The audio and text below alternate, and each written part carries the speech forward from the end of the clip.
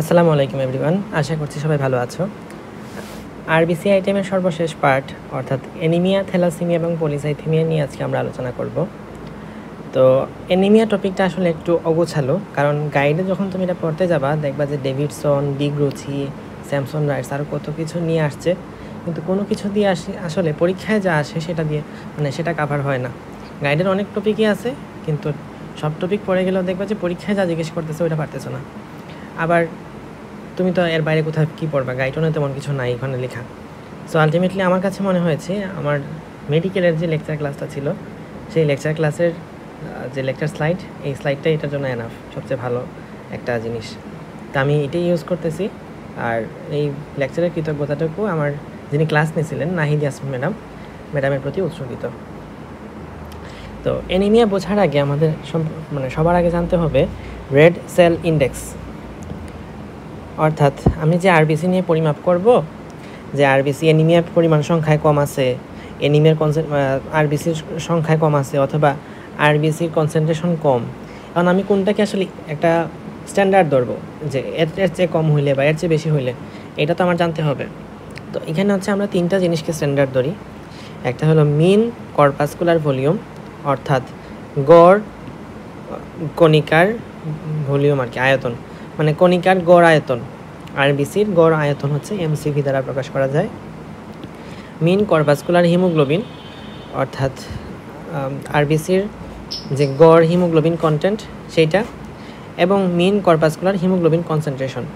তাহলে আরবিসির গড় haemoglobin concentration একটা, আর একটা হচ্ছে হিমোগ্লোবিনের পরিমাণ। ঠিক আছে, তো এই তিনটাকে হচ্ছে আমরা ইন্ডেক্স বা একটা স্ট্যান্ডার্ড হিসেবে ধরে থাকবো। এটা নিয়ে আমরা একটু আলোচনা করব। তো আর এমসিভি, মিন কর্পাসকুলার ভলিউম, মানে কি? মিন মানে হচ্ছে গড়, অর্থাৎ অ্যাভারেজ।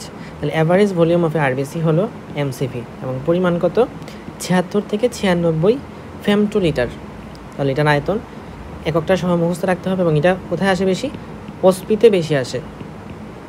রেড সেল ইন্ডেক্সটা ওসপির জন্য খুবই খুবই খুবই লেভেলের ইম্পর্টেন্ট। তাহলে ওসপির জন্য এটা খুব ভালো করে পড়তে হবে।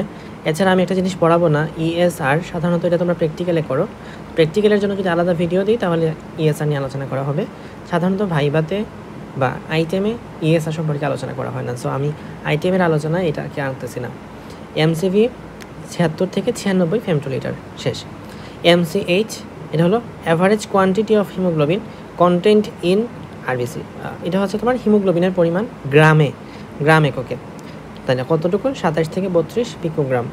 ওকে, তাহলে প্রত্যেকটা আরবিসিতে 27 থেকে 32 গ্রাম বা 32 পিকোগ্রাম হিমোগ্লোবিন আছে। এমসিএইচসি মানে হচ্ছে কনসেন্ট্রেশন অফ হিমোগ্লোবিন ইন একক ভলিউম অফ আরবিসি, অর্থাৎ আরবিসির একক আয়তনে হিমোগ্লোবিন কতটুকু আছে? 30 থেকে 36 গ্রাম পার ডেসিলিটার, অর্থাৎ 100 ml আরবিসির মধ্যে 30 থেকে 36 গ্রাম হিমোগ্লোবিন থাকে। দেখো, এমনিতে নর্মাল আরবিসির ভলিউম হচ্ছে 76 থেকে 96। তুমি যদি 96-এর কথা চিন্তা করো, তাহলে এখানে থাকতেছে কত? একটা আরবিসির মধ্যে 96, তার মধ্যে থাকতেছে 32 পিকোগ্রাম। তাহলে 100-র মধ্যে 36 হবে, এরকমই তো কাছাকাছি মোটামুটি। তাহলে 36 গ্রাম পার ডেসিলিটার, এটা হচ্ছে এমসিএইচসি কমপ্লিট। তো এখানে আরও কিছু কথা আছে। আরবিসি ইন্ডিসেস, হিমাটোক্রিট, এটাকে আমরা পিসিবি বলি, মানে হচ্ছে টোটাল ব্লাডের সাপেক্ষে আরবিসির পরিমাণ কত। তুমি জানো যে ইন জেনারেল কত পার্সেন্ট? 44%, প্লাজমা হলো 55%, আর ডাব্লিউবিসি প্ল্যাটিলেট মিলাই 1%, জানো সবাই। তো এটা হচ্ছে ওভারঅল 44%। এর মধ্যে মেইলের মধ্যে আরবিসি বেশি থাকে 47%, আর ফিমেলের মধ্যে 42%। ডান। রেড ব্লাড সেল মেইলের হচ্ছে কতটুকু থাকে? 5 থেকে 5.5, তো অ্যাভারেজ লেখা আছে 5.4, 4.8। এগুলো বলতে চাবা না, তুমি পরীক্ষায় যেটা শিখছো আরবিসির পরিমাণ কত, 5 থেকে 5.5, তারপর হচ্ছে এখানে 4.5 থেকে 4.9 বা 4.5 পর্যন্ত। অর্থাৎ আমরা যখন আরবিসির মূল আলোচনায় সংখ্যাগুলো দেখছিলাম, ওই সংখ্যাগুলোই পড়বা। হিমোগ্লোবিন এখানে 16, 14, এগুলো বলতে যাবে না, বলবা যে হচ্ছে রেঞ্জ দিয়ে। তাহলে এই ভ্যালুগুলো বলবা না, রেঞ্জে বলবা।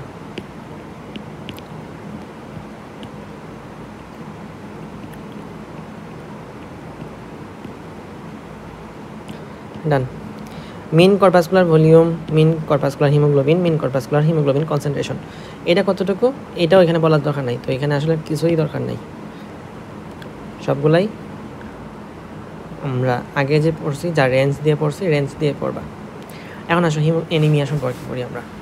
এনিমিয়া হচ্ছে একটা ক্লিনিক্যাল কন্ডিশন ক্যারেক্টারাইজড বাই পেল colouration of skin and mucous membrane as a result of qualitative and quantitative deficiency of hemoglobin or RBC in the blood flow below normal range in respect of age and sex। তাহলে এটা মানে বোঝাইছে একটা clinical condition হচ্ছে anaemia, বয়স এবং সেক্সের সাপেক্ষে RBC অথবা হিমোগ্লোবিনের পরিমাণ এটা হইতে পারে যে আরবিসিটা আছে বা হিমোগ্লোবিনটা আছে সেটা অ্যাকচুয়ালি পরিমাণগতভাবে কমে গেছে, অথবা এমন হতে পারে যে আরবিসি বা হিমোগ্লোবিন আছে সেটা আসলে ঠিকমতো অক্সিজেনটাকে ক্যারি করতে পারতেছে না, অর্থাৎ অক্সিজেনটা ঠিকমতো ক্যারি হয় টিস্যুর মধ্যে যাচ্ছে না, তাহলে এটা কোয়ালিটেটিভ ডেফিসিয়েন্সি, মানে থাকার পরেও কাজ করতে পারতেছে না আর কি। Qualitative or quantitative deficiency of haemoglobin or RBC এর জন্য কি হবে, পেল colouration of skin and mucous membrane. পেল মানে হচ্ছে বর্ণহীন হয়ে যায়। আচ্ছা, এটা আমরা একটু ফিগার দেখতে পারবো, ছবি আচ্ছা এখানে দেখো, কোথায় দেখবো, লোয়ার পালপিব্রাল কনজাংটিভা আর এটা হচ্ছে মিউকাস মেমব্রেন। এখানে দেখো এই যে এই জায়গাটা, এটার মধ্যে দেখো, এটার মধ্যে কিন্তু যথেষ্ট লাল লাল আছে, এটা দেখো অনেক পেইল হয়ে গেছে, পেইল মানে বর্ণহীন হয়ে আছে। সো এইটা হচ্ছে এনিমিক আর এটা হচ্ছে নর্মাল, এই দুইটার মধ্যে চিন্তা করো, এটা হচ্ছে নর্মাল আর এটা এনিমিক, পেইল হয়ে আছে এখানে, এটা নর্মাল আর এটা দেখো সাদা হয়েছে, মানে সাদা বর্ণহীন হয়ে আছে। সো এটা হচ্ছে কি এনিমিক।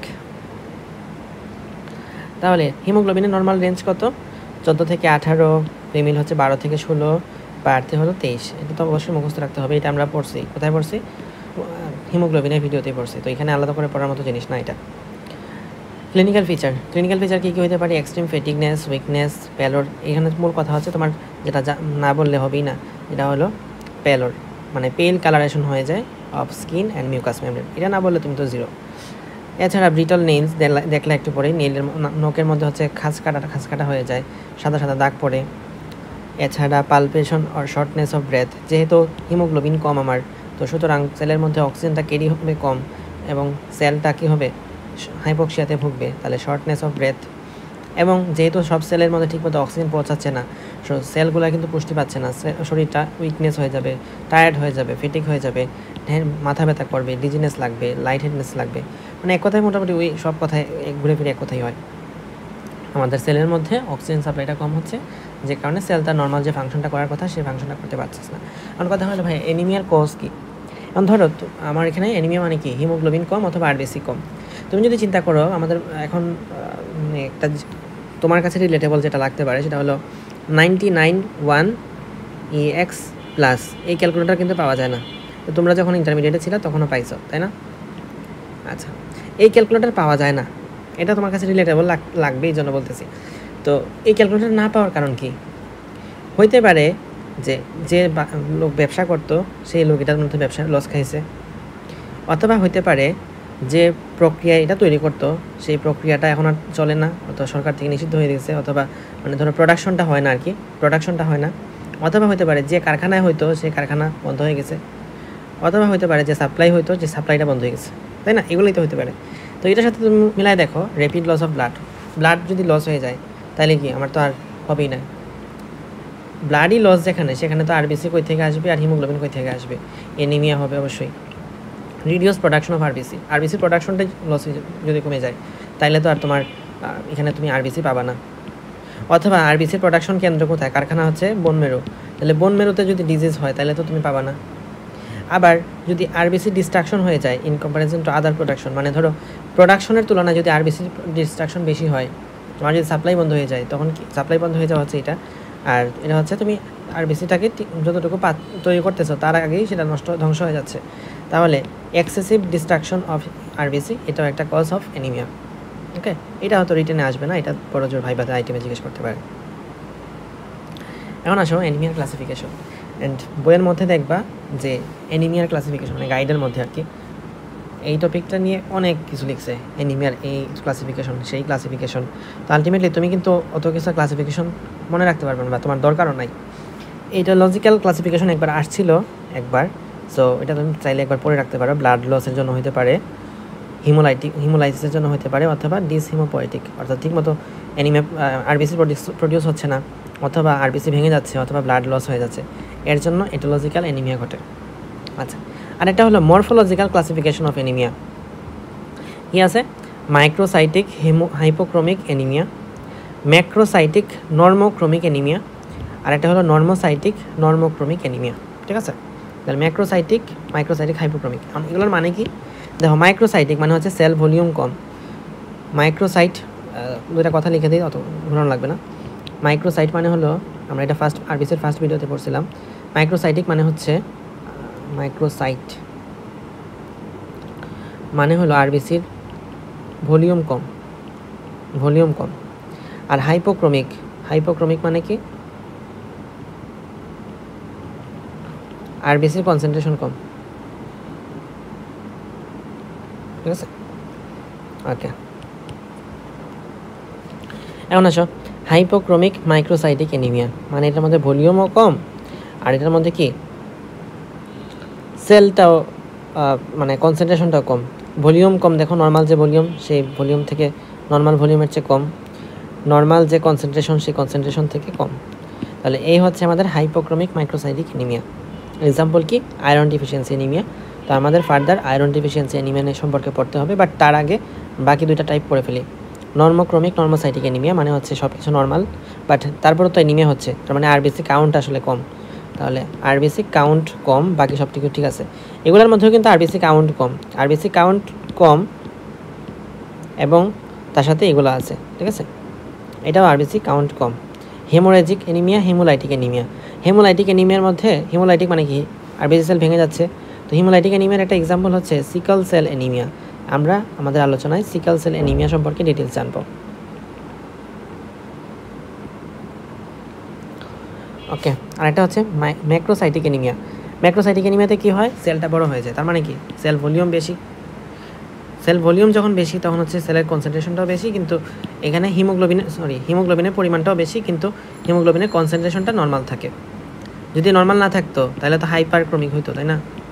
হাইপারক্রোমিক হইতো। হাইপারক্রোমিক তো আর বলি না, শুধুমাত্র ম্যাক্রোসাইটিক বলতেছি। যেহেতু এটার ভলিউম কম, সুতরাং একটা সেলের মধ্যে তার হিমোগ্লোবিনটাও বেশি থাকবে, এটাই আর কি। কনসেন্ট্রেশন অনুযায়ী ঠিকই থাকবে। ঠিক আছে, কনসেন্ট্রেশন নর্মাল, বাট হিমোগ্লোবিনের সংখ্যা বা পরিমাণটা, সংখ্যা না অ্যাকচুয়ালি, আমরা তো গ্রামে হিসাব করি, মানে পরিমাণটা আর কি বেড়ে যাবে। এক্সাম্পল কি? Megaloblastic anaemia, pernicious anaemia, folate deficiency anaemia. আমরা মূলত অ্যানিমিয়া সম্পর্কে নিউট্রিশন এবং ফুড অর্থাৎ বায়োকেমিস্ট্রির সেকেন্ড কার্ড, এই কার্ডের মধ্যে একটা বিস্তারিত আলোচনা করে থাকি, অর্থাৎ সেখানে তুমি মেকানিজমগুলো সম্পর্কে জানবা যে এই ডেফিসিয়েন্সিটা কেন ঘটতেছে। কারণ ওইখানে কি আছে?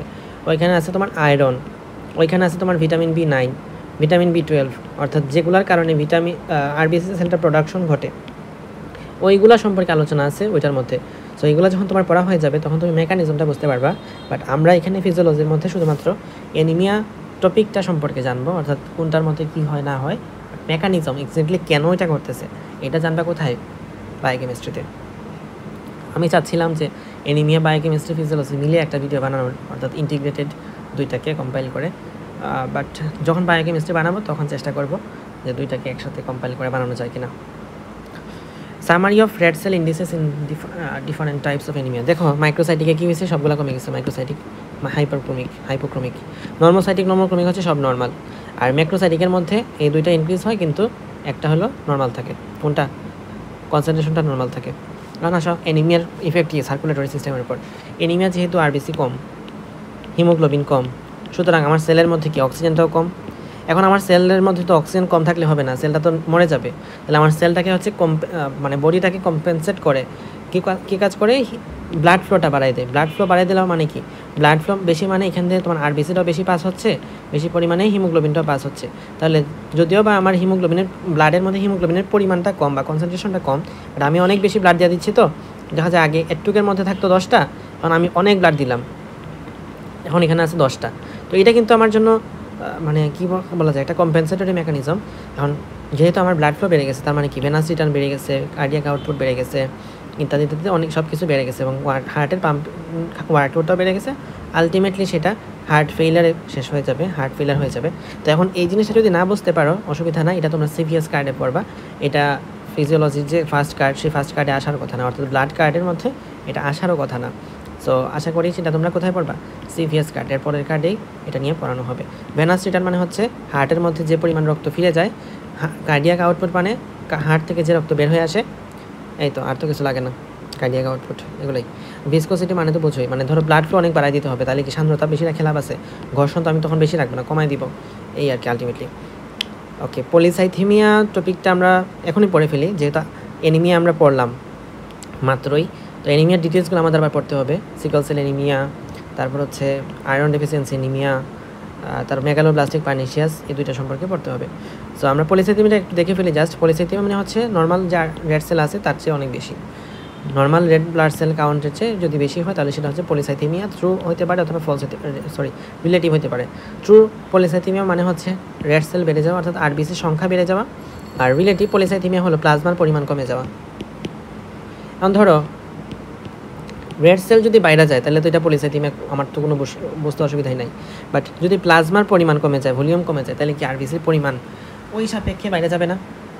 আরবিসি কাউন্ট ধরো নর্মাল আছে, আগে ধরো 5 লিটারের মধ্যে 5,000 ছিল, সাপোজ কথার কথা 50,000 দিচ্ছে, আচ্ছা যাই হোক, 5 লিটারের মধ্যে 50,000, এখন আছে আমার 2 লিটারের মধ্যে 50,000, তাইলে কি আমি বলবো না যে আরবিসির পরিমাণ বাইরে গেছে, পলিসাইথেমিয়া হয়েছে? এটা হচ্ছে রিলেটিভ পলিসাইথেমিয়া। কারণ ট্রু পলিসাইথেমিয়ার কিছু কারণ আছে, যেমন ধরো আরবিসির প্রোডাকশন কমে যায়, এটা হচ্ছে পলিসাইথেমিয়া ভেড়া বলা হয়। আর একটা হচ্ছে সেকেন্ডারি পলিসাইথেমিয়া, যেটা হাইপোক্সিয়ার জন্য হয়, high altitude, lung disease, cyanotic heart disease, renal carcinoma, এগুলোর জন্য আরবিসির প্রোডাকশনটা বেশি হয়ে থাকে। এক কথায় হাইপোক্সিয়া যেসব কারণে হবে, হাইপোক্সিয়া হলে আরবিসির প্রোডাকশনটা বাইরে যায়, এই আর কি। সেম কথা আবার বলা আছে। রিলেটিভ পলিসাইথেমিয়া কেন হয়? রিলেটিভ পলিসাইথেমিয়া হয় তোমার যদি প্লাজমাটা বের হয়ে যায়। প্লাজমা কেমনে বের হয়? প্লাজমা বের হয় যদি তুমি বডি থেকে রক্তটাই বের করে দাও, অর্থাৎ আমি যদি ব্লাড লস হয় কোনো কারণে, ব্লাড লস হইলে অথবা ব্লাডের মধ্যে পানির পরিমাণ কমে গেলে, পানির পরিমাণ কেমনে কমে? ডিহাইড্রেশন করাইলে অথবা বার্ন হইলে, তাহলে ডিহাইড্রেশন অথবা বার্নের জন্য রিলেটিভ পলিসাইথেমিয়া হয়। তো পলিসাইথেমিয়া টপিকটা খুব বেশি ইম্পর্টেন্ট না, অ্যান্ড এটা বুঝতেই পারতেছে, খুব ইজি জিনিস। দুই ভাগে ভাগ করা যায়, একটা হলো আরবিসি বেড়ে যাওয়া আর একটা প্লাজমা কমে যাওয়া। আর এটার সার্কুলেশনের উপর ইফেক্ট কি? যেহেতু আমার এখানে অনেক বেশি বেড়ে গেছে, এমনিতেই আমার বেশি আছে, তো আমার তো এত বেশি সেলের মধ্যে দিলে সেল তো বন্যায় প্লাবিত হয়ে যাবে, তো ওইটা আমি চাবো না। এই জন্য আমি হচ্ছে তোমার এখানে পেরিফেরাল রেজিস্ট্যান্স মানে বাধা বাড়াই দিব, ভিসকোসিটি বাড়াই দিব, ব্লাড প্রেশার বাড়াই দিব, তাহলে সব কিছু আমি বাড়াই দিব, যার ফলে এরা হচ্ছে খুব বেশি যাইতে না পারে, বাধাটা যাতে বাড়াই দেয়, এইটা হচ্ছে বাধাটাকে আমি বাড়াই দিব, তাহলে সবাই হচ্ছে সেলের মধ্যে যাইতে পারবে না, অল্প কয়েকজন যাবে আর কি। আর যখন অ্যানিমিয়া ছিল তখন সবাইকে আমি পাঠাই দিচ্ছি বেশি বেশি করে, কারণ আমার তো তখন আর নাই, হিমোগ্লোবিন নাই, তো আমি যা পারতেছি তা দিচ্ছি সেলটাকে কোনোভাবে বাঁচাই রাখার জন্য। এই জন্য আমি যা পারতাম, আমার কাছে যা ছিল সবগুলো দিয়েই আমি চেষ্টা করছি। তাহলে effect of polycythaemia on circulation, আশা করি বোঝা গেছে, সব কিছু বাড়ে আর ব্লাড ভলিউম এগুলো হচ্ছে কমবে। শেষ। সায়ানোসিস পলিসাইথেমিয়া, কথাটা হচ্ছে সায়ানোসিস মানে কি বোঝো? সায়ানোসিস মানে হচ্ছে স্কিনটা যদি নীল কালার হয়ে যায় তাহলে সেটাকে বলি আমরা cyanosis. Colour of skin depends on the quantity of blood in the skin subpapillary venous plexus. Cyanosis মানে হচ্ছে সেলটা হচ্ছে নীল কালার হয়ে যায়, মানে তুমি দেখবা যে বডিটা বাইরে থেকে নীল হয়ে গেছে, এরকম মানুষকে যদি দেখো তাহলে তার হচ্ছে সায়ানোসিস ডেভেলপ করছে। তো এই যে সায়ানোসিস, এইটা কেন হয়? পলিসাইথেমিয়াতে কেন হতে পারে? দেখো, সায়ানোসিস বেশি হয় তার কারণ হচ্ছে হিমোগ্লোবিন, ডিঅক্সিজেনেটেড হিমোগ্লোবিন যদি বেশি থাকে, এই যে এখানে আছে, ডিঅক্সিজেনেটেড হিমোগ্লোবিন যদি বেশি থাকে, larger quantity of haemoglobin is deoxygenated, the blue colour of all this deoxygenated haemoglobin must the red cell colour of the oxygenated haemoglobin. মানে হিমোগ্লোবিনের নর্মাল কালার কি? অনেকে বলবে রেড, কিন্তু তার হচ্ছে ব্লু মানে নীল, ঠিক আছে? তো হিমোগ্লোবিন যদি ডিঅক্সিজেনেটেড থাকে তখন তার কালার হচ্ছে নীল। যদি অক্সিজেনেটেড হয়ে যায়, হিমোগ্লোবিন অক্সিজেন যৌগ তৈরি করে, হিমোগ্লোবিন যৌগ, তখন সেটা হয় রেড, এই জন্য রক্তের রং লাল হয়। কিন্তু যখন হিমোগ্লোবিনের পরিমাণটা আমার বেশি থাকবে, normal haemoglobin rather than haemoglobin O2, এইটার চেয়ে যদি এইটার পরিমাণ বেশি হয়, তার মানে কি সেলটা আমার নীল হবে না লাল হবে? নীল হবে। তাহলে আর হিমোগ্লোবিন যদি নীল হয়, আমার পুরো বডির মধ্যে তো রক্ত আছে, সেই রক্তের হিমোগ্লোবিন যদি নীল হয়ে যায় বেশি, মানে নীল কালারটা বেশি ডমিনেট করে, তাহলে কিন্তু তার বডিটা নীল হয়ে যাবে, নীল দেখা যাবে বাইরে থেকে, যার ফলে পারসন রেডিউসড। আমার কথা হলো পলিসাইথেমিয়া হলে কি হয়? পলিসাইথেমিয়া হলে আরবিসি বেড়ে যায়, যার কারণে হিমোগ্লোবিন বেড়ে যায়।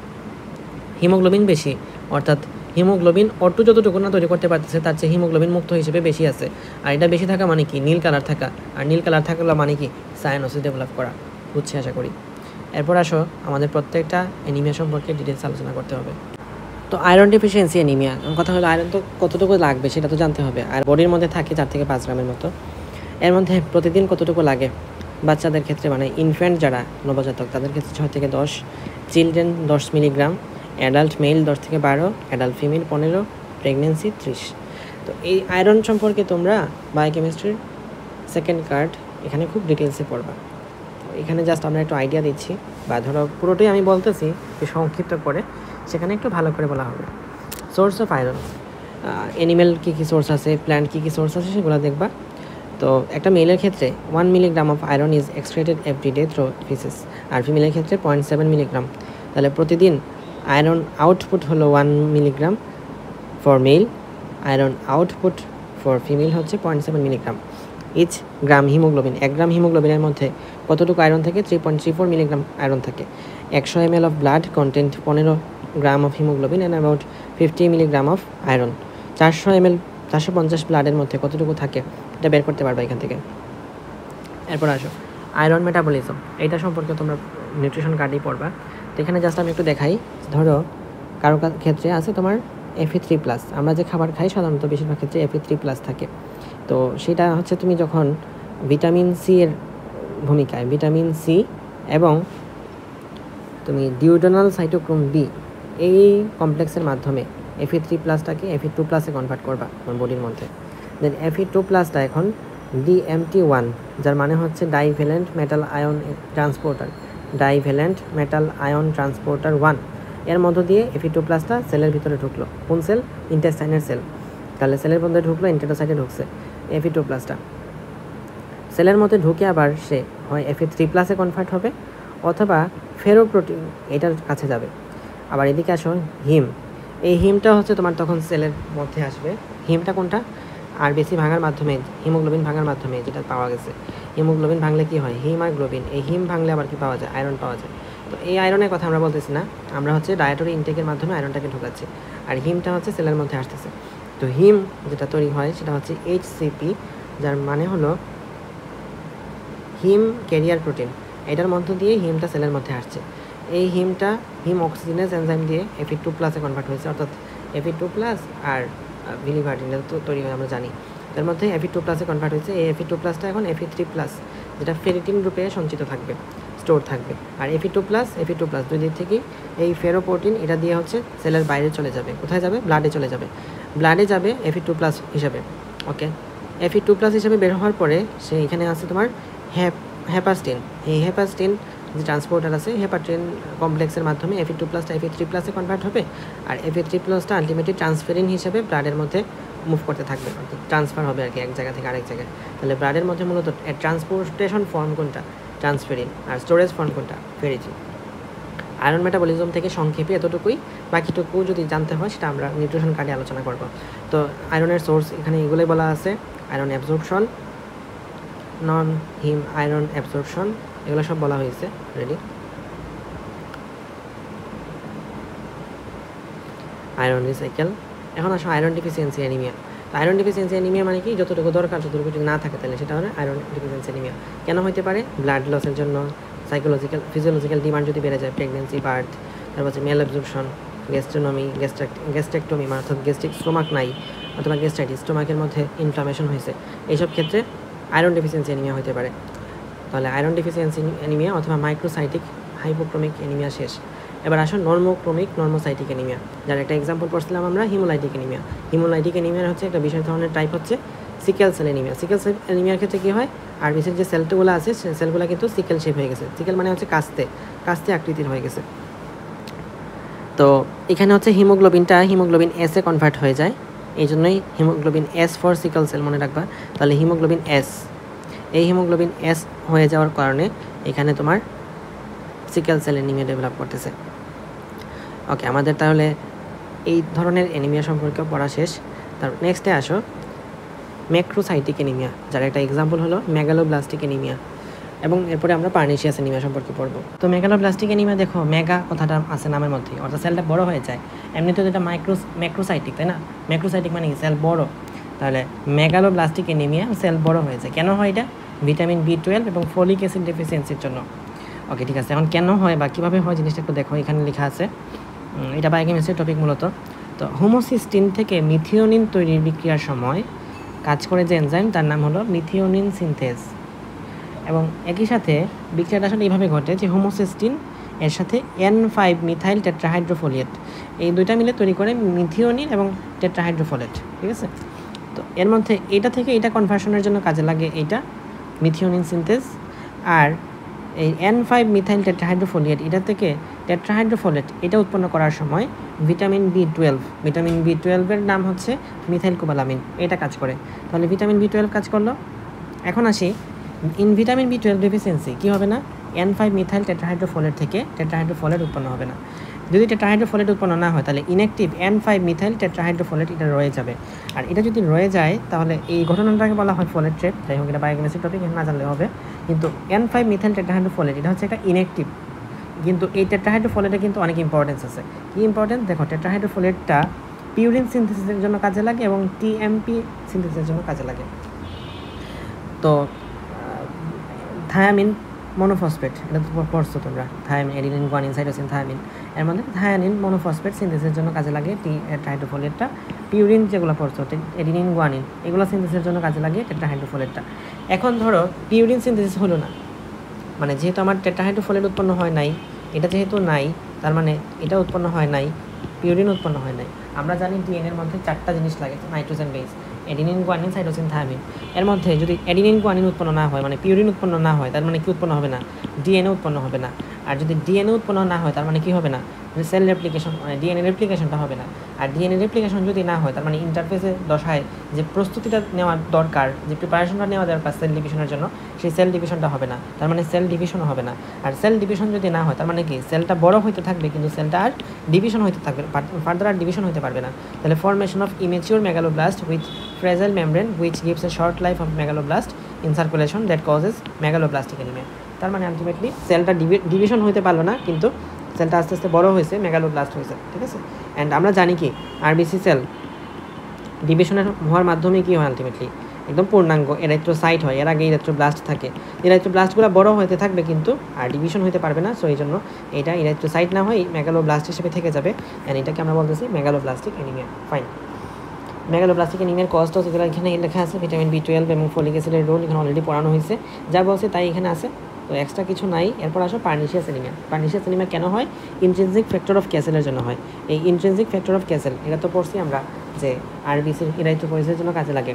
এটা হচ্ছে একটা auto immune disease, immune destruction of gastric parietal sell. Gastric parietal sell থেকে আমরা জানি HCl উৎপন্ন হয় এবং ইন্ট্রিনসিক ফ্যাক্টর অফ ক্যাসেল উৎপন্ন হয়। এই ইন্ট্রিনসিক ফ্যাক্টর অফ ক্যাসেল না থাকার কারণে পার্নিশিয়াস অ্যানিমিয়া হয়। কারণ ইন্ট্রিনসিক ফ্যাক্টর অফ ক্যাসেল, এই পার্নিশিয়াস অ্যানিমিয়া তো উৎপন্ন হচ্ছে।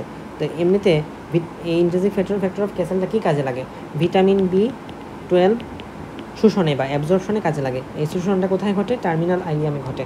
যদি ইন্ট্রিনসিক ফ্যাক্টর অফ ক্যাসেল না থাকে তাহলে এই ভিটামিন B12 অ্যাবজর্পশনটা ঘটবে না। তো এটাই হচ্ছে পার্নিশিয়াস অ্যানিমিয়া।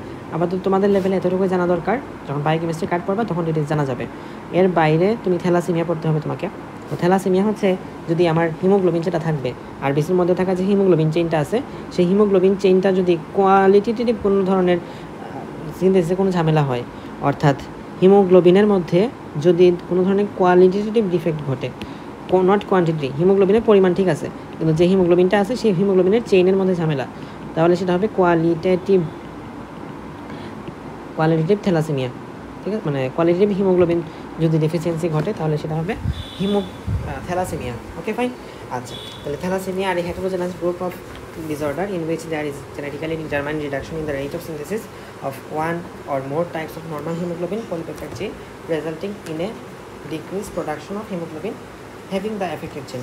যা বলছে সেটাই মূলত এখানে বোঝাইছে যে আমার যদি যে এফেক্টেড চেইনটা আছে সেই চেইনের মধ্যে যে চেইনটা আছে সেই চেইনটার মধ্যে যদি হিমোগ্লোবিনটা থাকা যে হিমোগ্লোবিনটা আছে সেই থাকা হিমোগ্লোবিনটার যদি কোনো ধরনের কোয়ালিটেটিভ ডিফেক্ট থাকে, অর্থাৎ চেইনের মধ্যে যেটা থাকার কথা সেটা না থেকে অন্য কিছু আছে, অন্য কোনো অ্যামিনো অ্যাসিড আছে, তাহলে সেটা কী ঘটবে, তাহলে সেটা থ্যালাসেমিয়া ঘটাবে।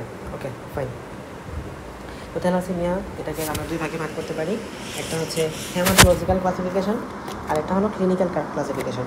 তো হেমাটোলজিক্যাল ক্লাসিফিকেশনের মধ্যে যদি আলফা চেনের মধ্যে ডিফেক্ট থাকে তাহলে সেটা হবে আলফা থ্যালাসেমিয়া, যদি বিটা চেনের মধ্যে ডিফেক্ট থাকে তাহলে সেটা হবে beta thalassemia. Okay fine. Clinical এই ক্লাসিফিকেশনটা আসলে মূলত বিটা থ্যালাসেমিয়ার উপর বেস করে গড়ে উঠছে। এখানে থ্যালাসেমিয়া মেজর হতে পারে অথবা থ্যালাসেমিয়া মাইনর হতে পারে। যদি এরকম হয় যে বিটা চেইনটা পুরোপুরি সাপ্রেসড হয়েছে তাহলে থ্যালাসেমিয়া মেজর, যদি বিটা চেইনটা আংশিক সাপ্রেসড হয়েছে তার মানে সেটা থ্যালাসেমিয়া মাইনর। এই আর কি থ্যালাসেমিয়া সম্পর্কে এবং ওভারঅল আরবিসি সম্পর্কে। আরবিসি অনেক বড় আইটেম বলা যেতে পারে, আমার দেখা সবচেয়ে বড় আইটেম একটা হচ্ছে আরবিসি। তো এই আর কি মোটামুটি তোমাদের সবার জন্য শুভকামনা। আসসালামু আলাইকুম।